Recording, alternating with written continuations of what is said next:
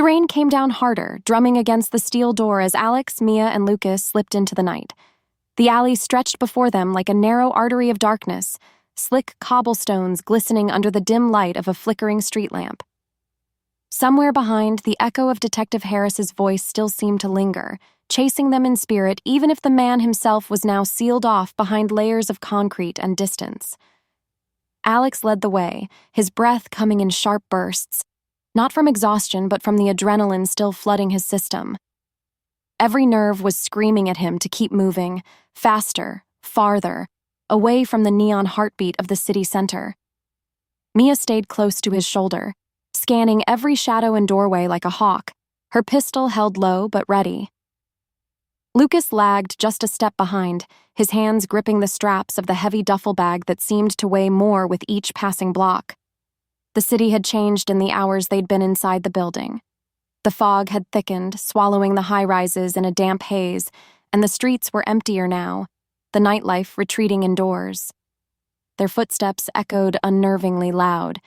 They couldn't risk taking the van, too recognizable, too easy to track. Instead, they would have to cross half the city on foot before finding their next safe point. A low hum made them freeze. Down the block, a police drone drifted into view, its lens scanning the ground with an icy red light. Alex shoved the others into a recessed doorway, pressing himself against the wet brick. The drone paused, hovering for a moment, then slowly turned its gaze in their direction. Alex didn't think. He grabbed Mia and Lucas and pulled them through a side passage, running low until the sound of the drone's rotors faded into the night. They emerged into a wider street, lined with shuttered shops and neon signs that buzzed weakly against the mist. Lucas pointed toward an old subway entrance, its iron gate half open. "Down there.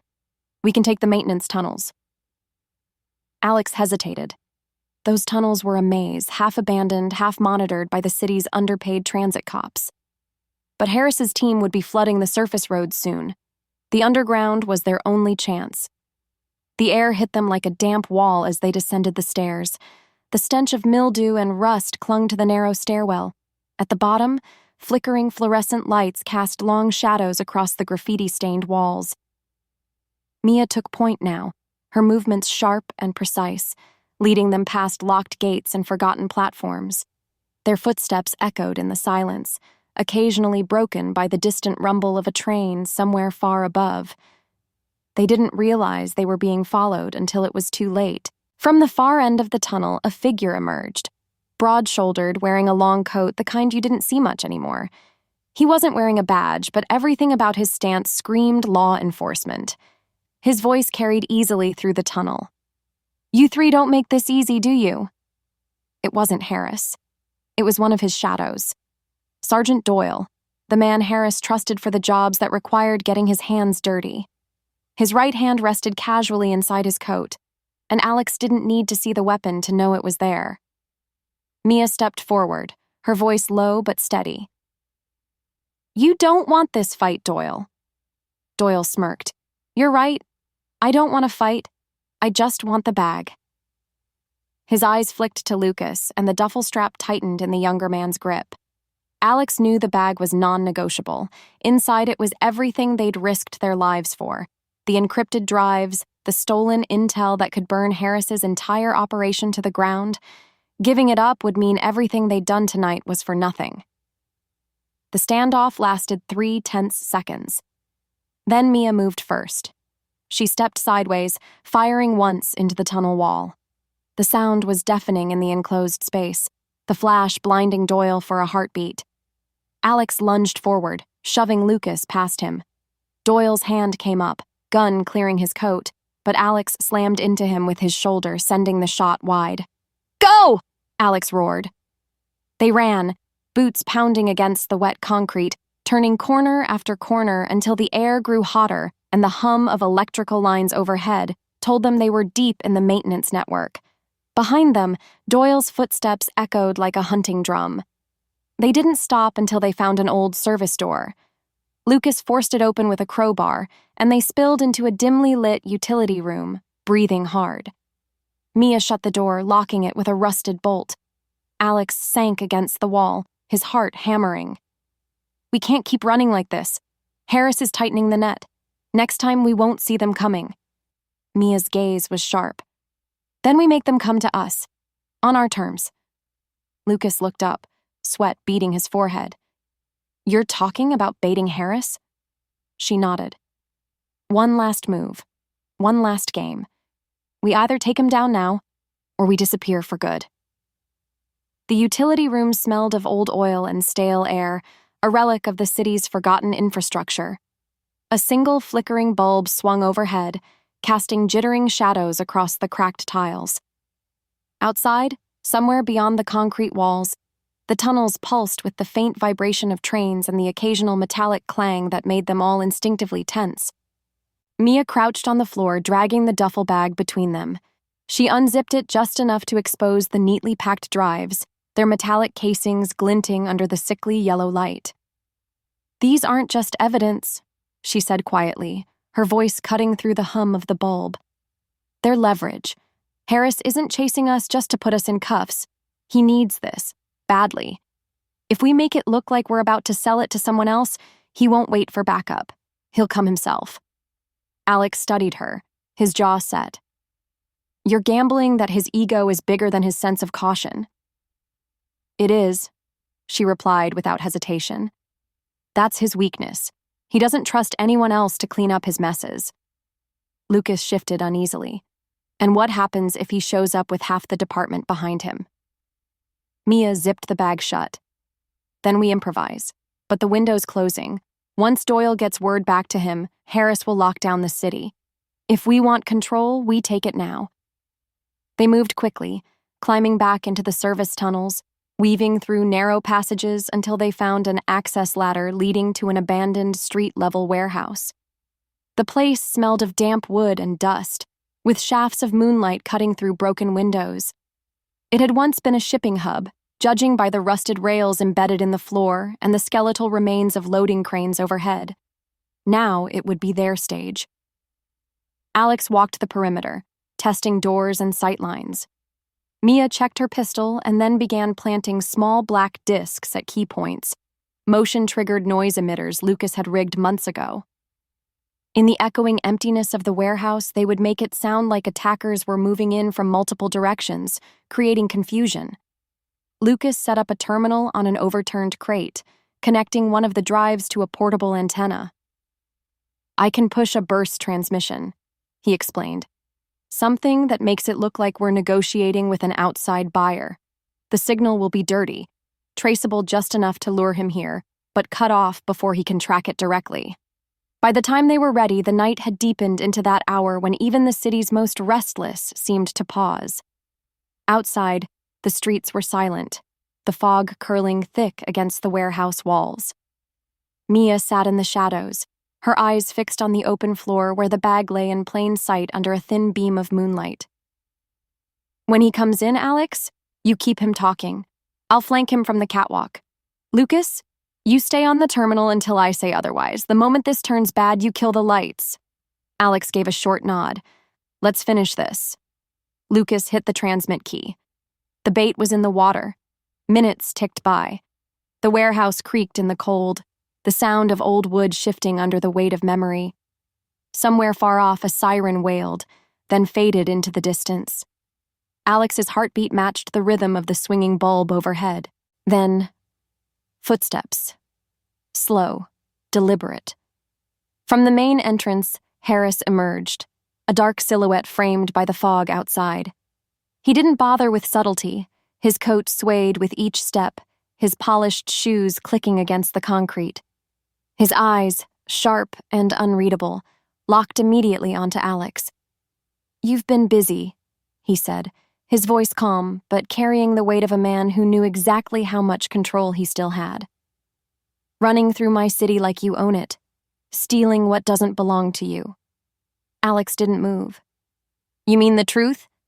The files that show you've been selling state intel to the highest bidder? That truth?" Harris's lips curved slightly, not quite a smile. "You think you understand the game you're playing, but you're still moving on a board I built." Mia moved silently above, her steps muffled on the catwalk. Lucas's fingers hovered over the terminal. Harris stepped closer to the bag, his eyes never leaving Alex's. "You have two choices. Hand it over and I make you disappear quietly, or keep it, and you'll disappear in a way no one will ever notice." Alex's voice was steady. "There's a third option." The emitters clicked on. Suddenly, the warehouse filled with the sound of movement, boots pounding, doors slamming, voices shouting in overlapping echoes. Harris froze for half a second, his eyes darting to the shadows. His hand went to the weapon under his coat. That's when Mia fired the first shot. It slammed into the concrete a foot from his position, sending shards into the air. Harris dove sideways, drawing his gun, but the lights cut out before he could aim. The warehouse plunged into darkness, broken only by the pale glow of Lucas's terminal. Harris's voice cut through the black. "You're making a mistake." Alex moved in the dark, his steps silent, his breath shallow. "No, Harris. I'm ending one." The darkness was suffocating, thick enough to feel against the skin. Every sound became sharper, the faint hiss of the fog drifting through shattered windows, the whisper of feet sliding across dusty concrete, the mechanical click of Harris's gun as he chambered around. Lucas hunched low behind the crate, his fingers trembling over the keyboard, waiting for Mia's signal. Above, she stalked the catwalk like a shadow, her boots soundless on rusted steel. Alex moved in a slow arc, keeping Harris in the middle, closing the gap one careful step at a time. "Do you know what the real difference is between us, Alex?" Harris's voice floated through the dark, steady, controlled. "You survive in chaos. I create it." Then he moved, fast. A flash of light erupted as Harris fired toward the terminal. Lucas ducked, the bullet splintering wood inches from his head. Mia fired back, the muzzle flash briefly illuminating the scene. Harris crouched behind a steel support beam, eyes scanning upward. "Keep him pinned," Alex barked, diving behind a forklift. He snatched a rusted crowbar from the floor, gripping it tight.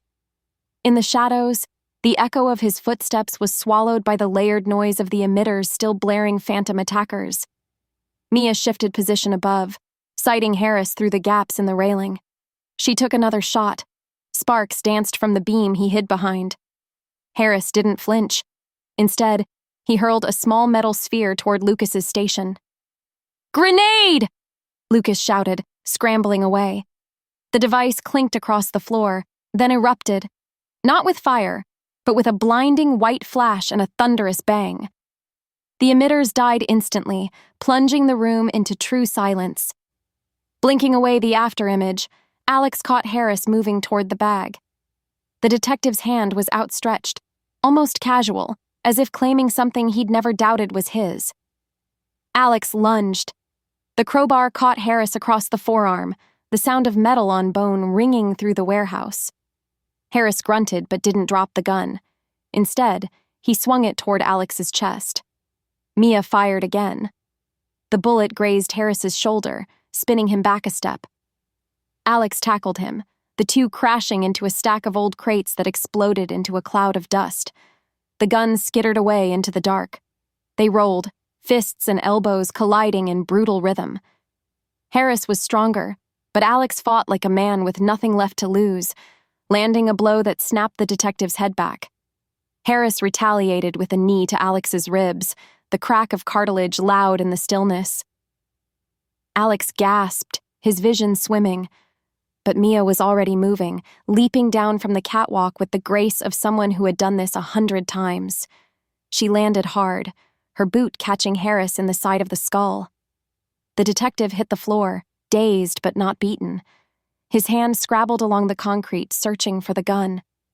Lucas kicked it away, sending it spinning into the shadows. For a moment, all four froze, breathing ragged, eyes locked. The duffel bag sat between them, as heavy with danger as it was with the stolen drives. Harris's voice was quieter now, but no less certain. "If you walk away with that, you're not heroes. You're targets. Every buyer, every government, every mercenary with a badge, they'll come for you and they'll come for anyone you've ever cared about." Alex stared at him, chest heaving. Then we make sure no one can use it. He glanced at Lucas. The hacker hesitated, then opened the bag, yanking out one of the drives. From his pocket, he produced a compact thermite charge, pressing it to the casing. A hiss and a sudden bloom of molten orange filled the space as the drive began to burn, metal and data alike reduced to glowing slag. Harris's eyes widened, the first flicker of true panic breaking through his mask. You don't know what you're destroying. Enough, Mia cut in. Her voice was sharp, final. One by one, they fed the drives to the fire. The smell of scorched plastic and burning metal filled the air. Harris took a step forward, but Alex blocked him, crowbar still in hand. When the last drive dissolved into molten ruin, the room seemed to exhale. The bag lay empty on the floor, a hollow reminder of the power it had held. Harris's expression hardened into something unreadable. This isn't over. No, Alex agreed. It's over for you. Mia stepped closer, her gun leveled at Harris's chest. Walk out of here alone, and maybe no one has to know what you were doing. Push this, and we release every copy we've got left. Harris's jaw tightened. For a long moment, the only sound was the hiss of the dying thermite. Then, without a word, he turned and walked toward the fog outside, disappearing into the night. They stood in silence for several seconds after he was gone. Finally, Lucas asked, "Do we actually have copies left?" Mia gave the faintest of smiles. Maybe. Alex exhaled, feeling the weight lift from his shoulders, though he knew it was temporary. Let's get out of here before the city wakes up. They vanished into the fog, leaving the warehouse and its ghosts behind.